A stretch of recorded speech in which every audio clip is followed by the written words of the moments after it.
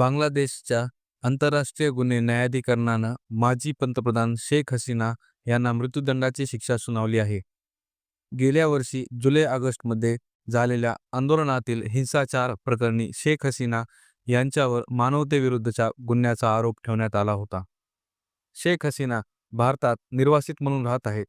त्यामुळं त्यांच्या अनुपस्थितीत अन्य 3 आरोपींच्या विरोधात खटला चालवण्यात आला. या 3 आरोपींच्या विरोधात हत्या, हत्येचा प्रयत्न, कट, मदत आणि प्रोत्साहन देणं, चिथावणी देणं आणि त्यात सहभागी असल्यासारखे 5 आरोप ठेवण्यात आले आहेत.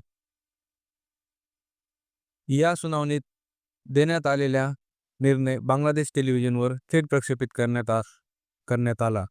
शेख हसीना यांना मृत्यूदंडाची शिक्षा सुनावताच न्यायालयाच्या आत आणि बाहेर मोठ्या संख्येने लोकांनी जल्लोष केला. भारत सरकार शेख हसीना यांना बांगलादेशला ताब्यात देण्यास तयार होईल का नाही ते पाहणं महत्त्वाचं आहे.